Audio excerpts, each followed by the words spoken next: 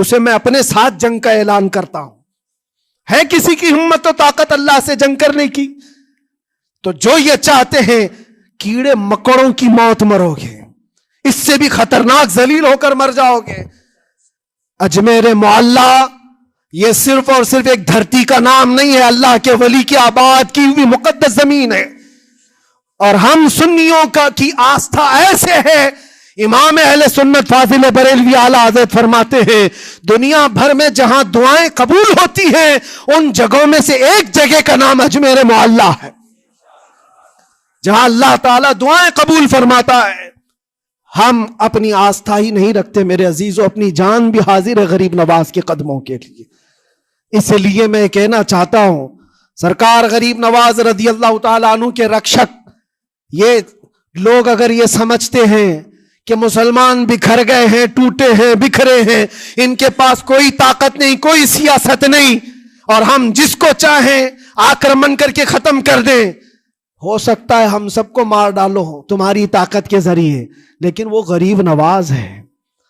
اپنے باپ داداؤں کی تاریخ یاد رکھنا، پوچھنا، جو غریب نواز کو اٹھانے کی کوشش کیا اٹھ گئے ہیں، اور وہ دھرتی پہ آج بھی آباد ہے. انشاءاللہ قیامت تک اجمیر معلیٰ چمکتا رہے گا. سرکار غریب نواز رضی اللہ تعالیٰ عنہ کے آستانے سے جو فیض بٹتا ہے، اپنے اور غیر سب وہاں سے فائدہ اٹھاتے ہیں، سب لوگوں کو برابر فائدہ اٹھایا جاتا ہے. اسی لیے میرے عزیزوں یہ آزمائشوں کے دور میں میری صرف ایک ہی گزارش ہے، اپنا ایمان مضبوط کرو، اپنا ایمان مضبوط کرو. جیسی بھی مصیبتیں آئیں، طاقتیں آئیں، تمہارا سجدے سے سر دور نہ ہونے پائے، اللہ سے غفلت ہونے نہ پائے، تمہارے ذکر و اذکار میں کمی ہونے نہ پائے. مسجدوں سے دور بھاگنے کی کوشش نہ کرو، واپس آ جاؤ، اللہ کی رحمت قریب ہے. قرآن میں اللہ فرماتا ہے الا ان نصر اللہ قریب، آگاہ ہو جاؤ بے شک اللہ کی مدد بہت قریب ہے. وآخر دعوانا الحمدللہ رب العالمین. السلام.